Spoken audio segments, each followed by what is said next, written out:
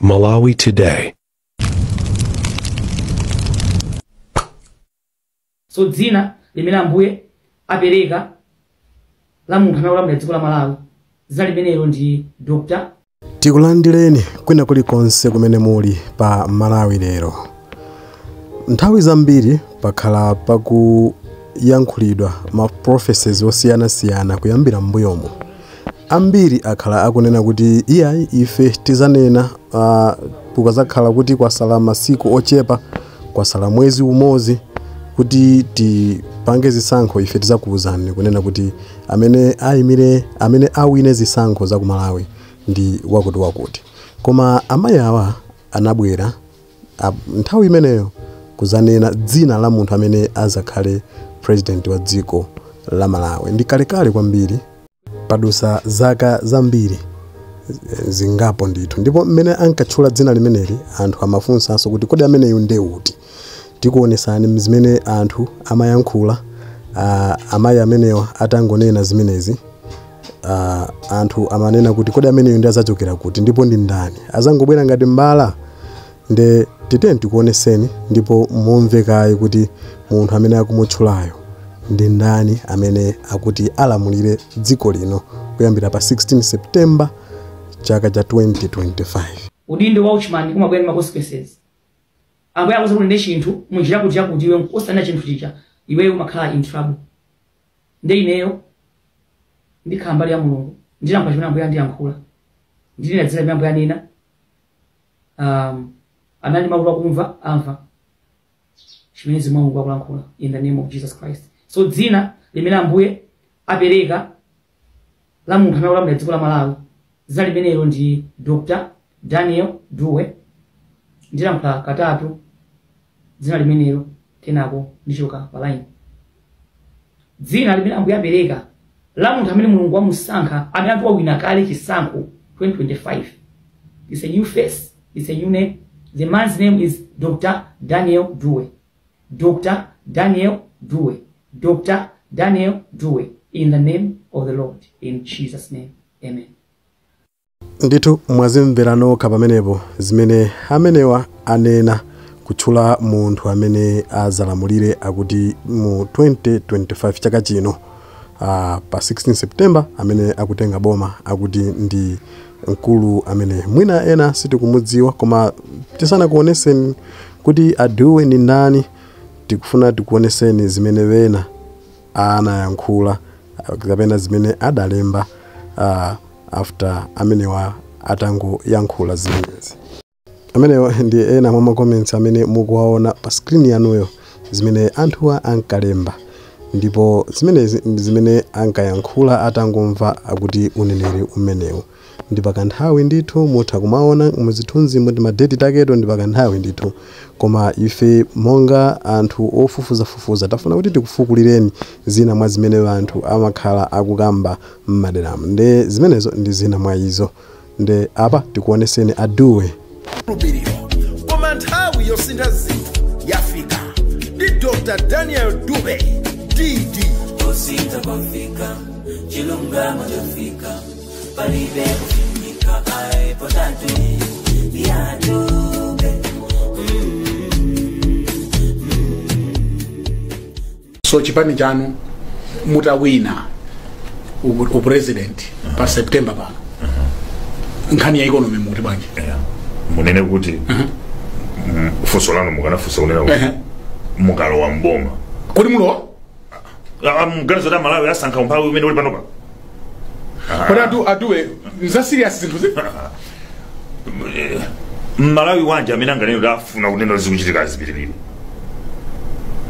Ndi Malawi wanje amene angakhale ndi thunthu la munthu kunena kuti mimba tiye dazo kulung'anira ngalangali kunena kuti zimene zachitika zakakhateze ndikuzikonda kwa basi tibwerezenso zijazi iye akawena pano payayi ya titangobwerezanso akuzikhala ndi Malawi wanje boma likusintha tikulowa mboma ndikulowa mboma soti kuti uduli kungozitukumula ndikudziwa kuti Malawi amene akumva kupweteka ndi majority. Koma 19 years kukhala ku America in fact 19 years yo sinde udokota lokhawo koma ndiye kuti makhala mwina mpaka 30 inde koma no koma siza ku America atu iyayi tati anthu andale ambiri ati ayi ine ndimachokera ku Central Region ayi anthu anga umeneko ochewa andipangira ayi ine ndimachokera ku East ayawo andivotera ayi ine ndimachokera kumwera alomwe andipangira ayi kumpoto kunde ayi timangoti ositipa kuganiziranso za chitukuko ya amenewa tingosankha ka vice president andipa Bingu wa Mtalika anawina Central Region 70% 80%. Chifukwa chani? Si chewa, sali chewa. Yana mlako. Anawina chifukwa chani? Mapolisi. Amalawi ndi anthu ochenjera kwa basi. Ngati pali munthu wina kwa ndale akuganiza kuti chaka chino. Nena utayi ine ndimachokera ku East, ndimachokera ku South, ndimachokera munthu amene aganiza soka chiwiri. Siziteka. Sizichitika. Ndipo unono palibe kuvotera ni tribal lines. Boma likutulukali latiyanjanitsa munjala latiyanjanitsa mukudula kwa katundu latiyanjanitsa mu mphawi ndiye mukuyanjana kumeneko ndili ndi chikhulupiriro kunena kuti titani tipita kutsogolo kusankha chipani chatsopano ndingokukuwuzani chinthu chimodzi anthu mwakhala pagulu chonchi mmakangana mmadana pakati pano pabwera njoka mungapitirire kumenyana muzoti njoka ilo malise chimuchita cha kumenya njoka nkupitirira kukangana kwanu njoka ichata choka mavuto amene tili nawo bana akuyenera kutha pavute bwanji amalawi tikuyenera kugwirana manja tione zina tisinthe dziko andi ndofuna kupereka uthenga umene ngatikupereka kwa anthu andale abale tatini tingoyang'ana kumbuyo kuti kodi taononga bwanji dzikoli tisachite kampeni ya matisheti tisachite kampeni ya zitenji tatiyeni tiunikire talakwitsa bwanji pamene mwandifunsafunsana la alliance pa yankho lake ndi pamenepo pali zipani zambiri zomwe tikulankhulana nazo zomwe zikufuna kusintha dziko tipanga migwirizano mgwirizano woyamba ndi wa Malawi kuonena kuti tigwirizane tusunthe dzikoli azambia akuchita bwino amozambiki awa nkhondo zingati akuchita bwino Rwanda genocide Tanzania anali kumbuyo kwatu akuchita bwino ndefa Malawi basi tingakhale onena kuti ayi ine ndavotera chati chedwetsa ndi chani maiko ena mukuti akuchita bwino ifeyo chati chedwetsa ndi chani Dr. Duwe chati chedwetsa ife atsogoleri ndi amene tili vuto lalikulu tilibe chikondi ndi anthu athu tilibe chikondi ndi dziko koma kwambiri tukhanga tikulamulira dzikoli kuchokera m'mabuku sitikulamulira dzikoli ndi chikondi choganizira mtundu wathu kunena kuti tipita kuti ndi dziko likupita kuti so nanzathu kukumabwera anthu Traoli apanga icha akamuzo amapanga zimenezi amakonda dziko munthu wawa Magufuli president wankhanza wopanda democracy koma taonani amamanga dziko lake amakonda dziko lake wawa mukunena Kagame Kagame ndi dictator ineyo mene nimapanga manifesto yanga kuti muone criticism kudzudzula kumene nduna za Kagame zimapanga kudzudzula boma lawo kupanga mapolisi fo chokonda dziko kumalawi kuno mu democracy yathu palibe angapange tikufuna ukutsogoleri ukonda dziko ukuchepa ndifuna chipani changa chikuti Nationalist Patriotic Party ndifuna mzimu woti ndife dziko Malawi mzimu ukonda dziko ndi umene umaso ukusowa mdziko mwathu muno komano panopa ndili ndi hope yaikulu ndikamva anthu komanso ndikamva ma civil servants ndikamva anthu aku judiciary kumene ndikamva anthu aku polisi ndinosiyana kuti ayi kwakwana ndili chikhulupiriro chonse so on the economy zinthu zikhoza kusintha osati kuti zikhonza zidzasintha forex mudzaitenga kuti okay forex ndingopanga structure yamene chipani changa chikuganizira nkhani ya economics mukamapanga economics inu yambanda ndikukupasani chitsanzo mukamayenda mwafoka mwatoka mmayitanisa kabasa mmayitanisa taxi mmakwera minibus monetary policy ya Malawi ndiyofoka. Magavana atu kuyambira 1979 chuma chikalowa pansi chimene amadziwa ndija devaluation. Devaluation ndikukumbukira mulungu andikhululukire minister Kandoda akuti wacha tidali mphamvu chuma chimayenda bwino zoti devaluation imathandiza za chabe abingo ntarika ali ka video kawo kama nati kuti devaluation simathandiza ayi tikuchepekeredwa ku monetary policy de boma langa chimene chizapange chitoyamba ndikubweretsa currency board arrangement pepani chizungu chachitali currency board arrangement. Okay. Yeah. Kwacha timangirira ndi ndalama ina ya mphamvu ngati dola kapena timangirira ndi euro kapena timangirira ndi yen kutanthauza kuti ikhala stable. So currency ikakhala stable ima mitengo ya zinthu izakhala stable, inflation izatsika nthawi yomweyo. Chinthu chachiwiri tikubweretsa economic reforms. Panopa boma likasowa ndalama amachita print zimakwefula mphamvu ya ndalama yathu.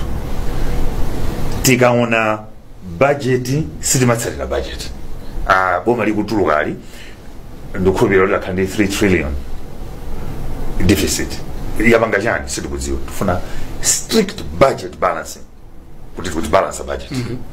Ndikufuna kusintha treasury kuli yamati consolidated account chani account 1 account chidzeje chochera ndalama.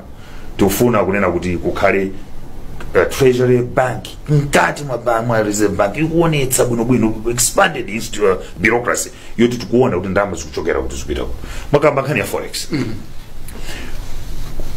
Choyamba economy ya Malawi ngati ndowa yoti ili ndi zibowo.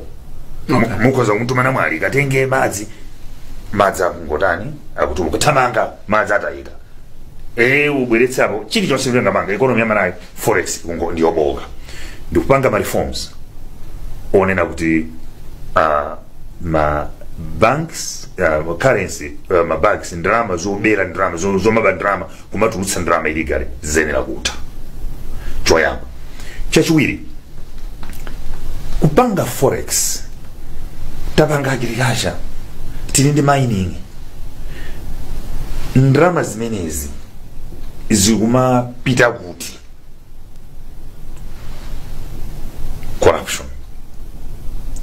We need to put controls ya ndalama zamenezo. Mukumbukira mmene president aboma lapano pali mmene amalo ananena ndithu ayi 80 million kumabedo chakati so 80 million atabo njinenda awanachita sue dziko la company ya America for 200 billion. Nde mudzifosefoso kuti ngati akuti msonkho sunaperekedwe 200 billion mamino zamene anachuluka anatuluka auchuluka bwanji. So tikuyenda kuti tiyambe kuyang'anira chuma chathu. Khobwe ku Malawi khobwe yekha machinga zomba ndichiradziwo amapanga khobwe kwanina 150 million 200 million dollars kumene kuchira dzulu kuzomba ndi kumachinga kumene kuja olopa chaka kumalowa 20 million dollars ndamba zopita kuti tikuyenda kukhandi ma controls. Dziko lathu sili kuyang'anira chuma chake ndi kuyamba kwa agricultural exports tikuchita expand agriculture kudzachoka forex. Lero ku Malawi kukanengo kuli ma Chinese akutola ma plastic aku Malawi ndikumapanga nsapato ndikumachita export kuti ku Mozambique. Tikuyenda kupanga industries ma industry tiyambe ma commodities woti tikupanga tokha ndikumachita export. Mupite mu Shoprite mupite ma shop akulu 99% ya zinthu zikuchokera kunja ayi tiyambe kupanga ma products kuchita export. So pali kuyang'anira ndalama kuti sizikubedwa, kuyang'anira ndalama zomwe tikumatumiza kusintha ma policy kuti boma la Malawi koyambirira lipezeko lili ndi control ndi ndalama zathu zimene so mukuganiza kuti inuyo mukhoza kusintha the economy nzoteka kobasi ndizabweretsa currency board arrangement imene nayi within 6 months. Kubwera currency board arrangement kwacheza chita stabilize in my investments azabwera ku Malawi. Koma ndikubweretsa comprehensive controls on the mining industry. It's kuti ndikumene ndikudalira koma mudalira kuti ndikudalira agriculture, ndikudalira ku mining, ndikudalira ku agroforestry, ndikudalira ku tourism. Chonse ichi chikuyendetsera mwadzibwana mwatabwala ya chitsanzo tourism munapita ku Botswana ndikhulupirira ngati simudapite ndi ku desert ukapeza kansinje kuti 900 million US dollars zimene amapanga ku tourism. Ife Nyanja 5 ma national park mwakuti kupanga ndalama 50 million dollars ndikhalikira ngazi zimafika. Ndikufuna kuti ndipange ma controls ndondo ndalama zikuthawa bwanji kapena ndikabweresa ndalama bwanji. Tourism, agriculture takamba, mining mwaona azungu akulankhulana ndithu bwinobwino tizipanga profit 500 million pa ulo munthu mmodzi waku Malawi dziko lanu. Mu project yanga ya mu financial planning athu expansion ya agriculture 4-5 years ndikubweretsa fisheries, national fisheries Malawi,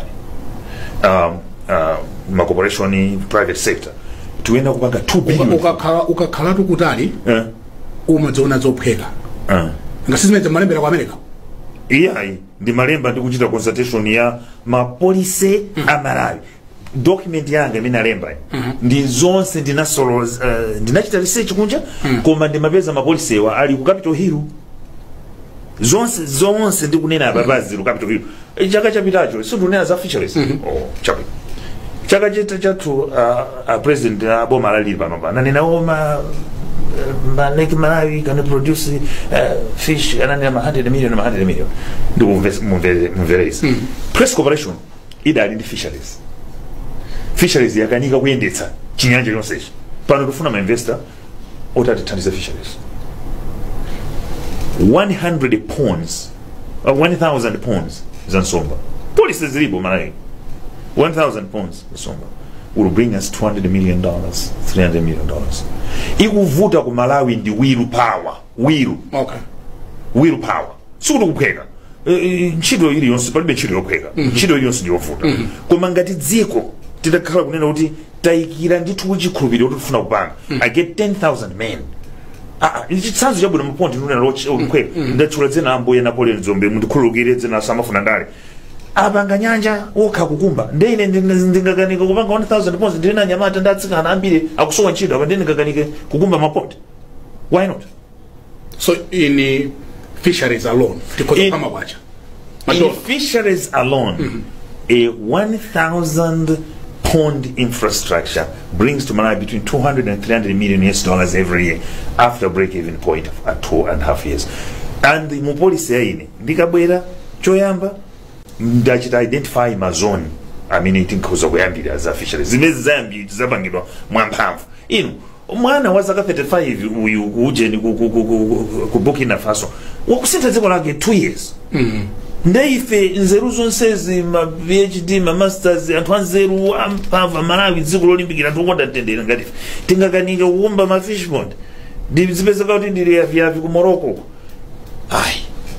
tizazipanga zimene that's this one ndinena fundo imodzi and fundo ndiyo mvesa chisoni ndipo ndingakondwe anthu atabwera munthu wandale kapena economics kunena kuti anene kuti adokota amene pamuganiza bwanji 4 hectares 5 hectares ya mitengo ya paini imadutsa $1 million raw timber. Chikangawa 42,000 hectares anaisiya kamuso wina wakandipatsa account kundiuza kuti ndalama zimene zitinagulisa ndalama zinapita kuti the wealth of the nation has been fleeing. There is no control. Chinthu chichilibe mwini. There is no ownership. Ife akulu anthu andale anthu amu civil service, we have no ownership of the country. 42,000 hectares. Chikangawa alone, somebody must show 15 billion, 20 billion US dollars. And that's not the only forest. That's one industry. I want to talk about northern region. Panara Bambena Gasanabanga Zuzu Coffee, his name is escaping me. Anafusa Funso. Maiko ngati Ghana, akupanga Ethiopia, Colombia. Undigalo mchipatala mwanga nimeona Colombia coffee, Ethiopia coffee, Ghanaian coffee. Zijonje. Panzuzu hapa, Pampoda. Pali chonde chobangira coffee.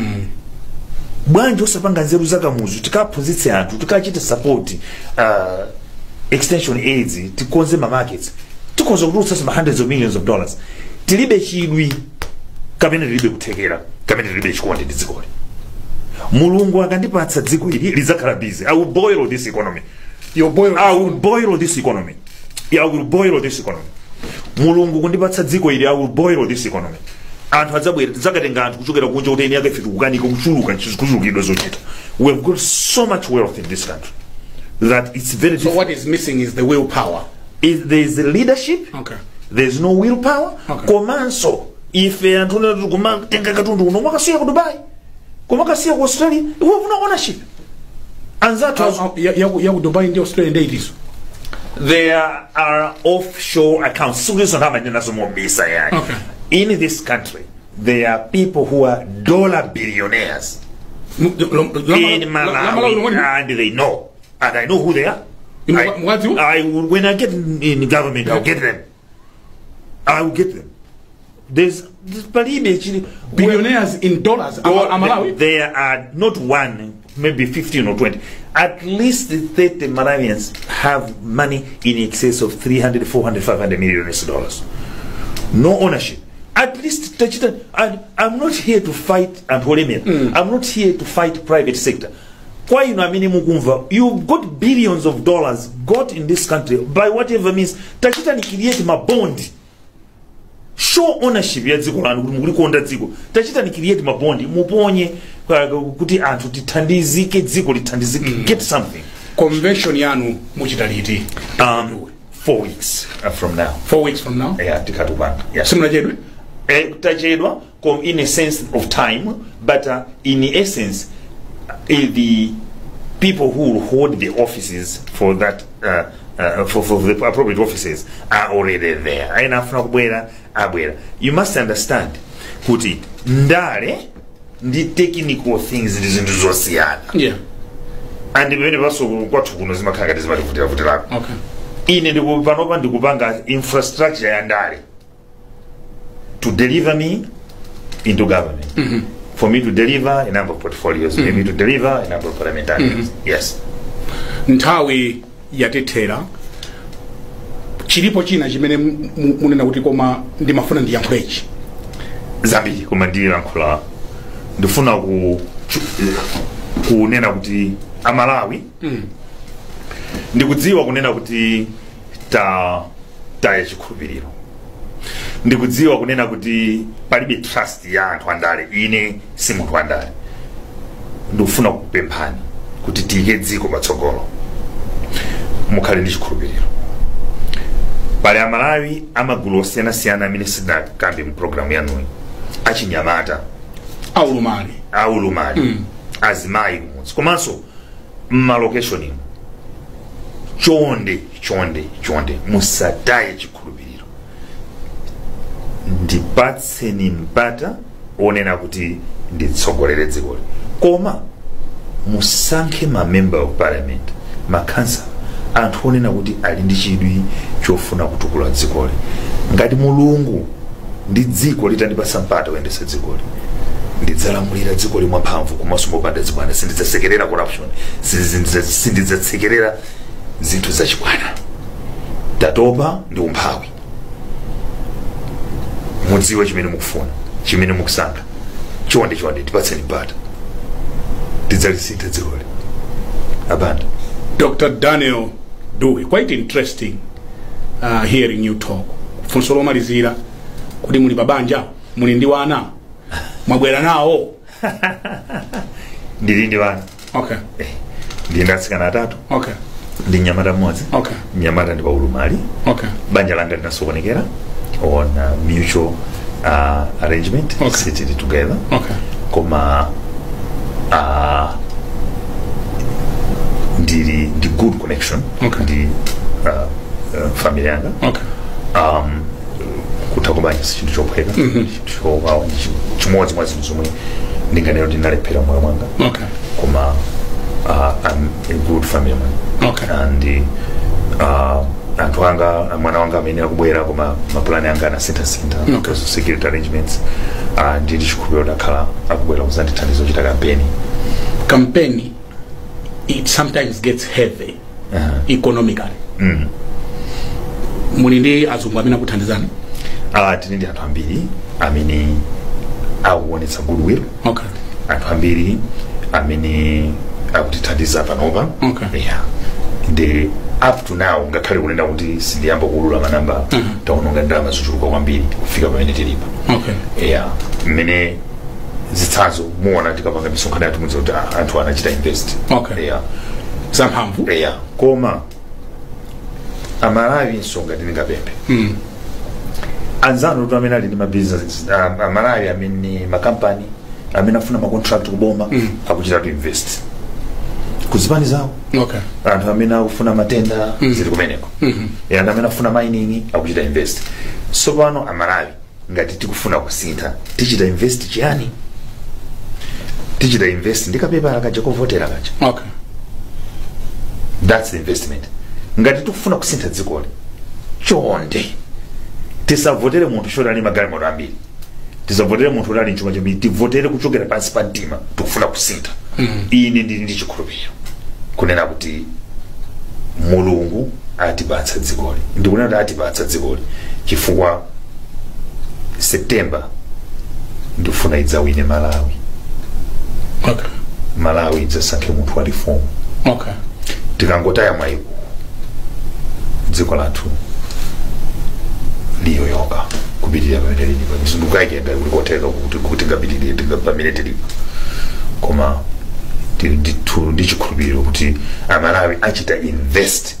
Akaya munthu umakhala pano family yanu, azinzanu, mafumu, tauzani anthu anu tisankhe kusintha kwenikweni. National Patriotic Party Dr. Daniel Dube ndizalamulira dziko.